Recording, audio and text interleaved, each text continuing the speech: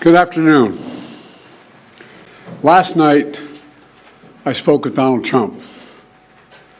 I'm sincerely grateful that he's doing well and recovering, and we had a short but good conversation. Jill and I are keeping him and his family in our prayers. We also extend our deepest condolences to the family of the victim who was killed. He was a father. He was protecting his family from the bullets that were being fired, and he lost his life. God love him. We're also praying for the full recovery of those who were injured, and we're grateful to the Secret Service agents and other law enforcement agencies and individuals who risked their lives literally for our nation. As I said last night, there is no place in America for this kind of violence, or any violence for that matter. An assassination attempt is contrary to everything we stand for as a nation, everything. It's not who we are as a nation. It's not America.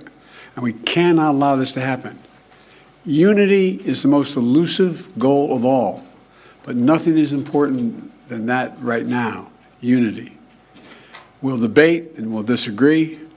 That's not going to change, but we're going to not lose sight of the fact who we are as Americans.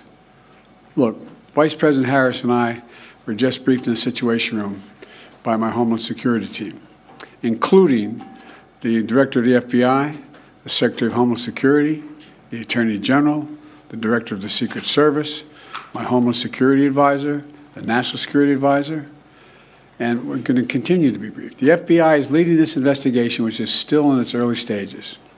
We don't yet have any information about the motive of the shooter. We know who he is. I urge everyone, please, don't make assumptions about his motives or his affiliations. Let the FBI do their job and their partner agencies do their job. I'm instructed that this investigation be thorough and swift, and the investigators will have every resource they need to get this done. Look, as this investigation continues, here's what we're going to do. First, Mr. Trump, as a former president and nominee of the Republican Party, already receives a heightened level of security, and I've been consistent in my direction to the Secret Service to provide him with every resource, capability, and protective measure necessary to ensure his continued safety. Second, I've directed the head of the Secret Service to review all security measures for the Republican National Convention, which is scheduled to start tomorrow. And third, I've directed an independent review of the national security at yesterday's rally to assess exactly what happened. And we'll share the results of that independent review with the American people as well. And finally, I'll be speaking more about this tonight at greater length from the Oval Office. We must unite as one nation. We must unite as one nation to demonstrate who we are. And so may God bless you all, and may God protect our troops. Thank you very much. Mr. President, when you spoke to President Trump yesterday, what did you tell him and what did he tell you, sir? Mr. President, shifting your campaign strategy, Mr. President, do you regret? The FBI on events last night in Pennsylvania, events which he said would be thoroughly investigated. He has instructed a swift and thorough investigation. Make no assumptions, he said, about the motive of the 20-year-old who fired the shots. Make no assumptions about his affiliations. He spoke about unity, made an appeal for Americans to unite at this time. We must unite as one nation, he said, demonstrate who we are. He said he'd had a good conversation with Donald Trump, that he and his wife, Jill, the First Lady, were keeping him in their thoughts and prayers. The same applied to the man who was killed, Corey Comparatore, and the two individuals who were injured. No place in America for this kind of violence, he said. Assassination is contrary to everything that we stand for.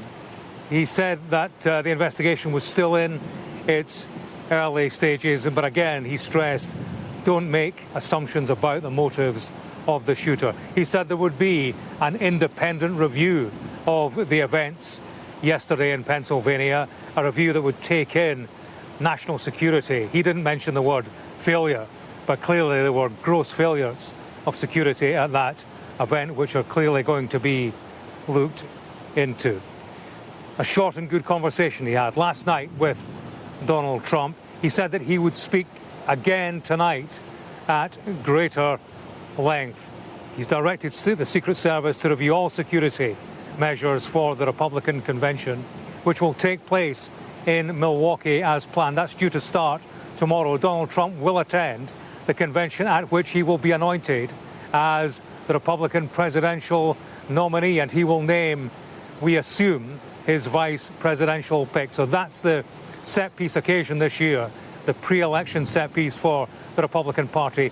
That will go ahead as scheduled, and the president saying they'll be reviewing security for that. He's instructed that the investigation be thorough and swift. So these are the headlines to come from that brief statement by President Biden. But as he indicated there inside the White House, he will speak more tonight at greater length. I imagine he will expand on the central theme that he introduced last night and repeated there again today: unity.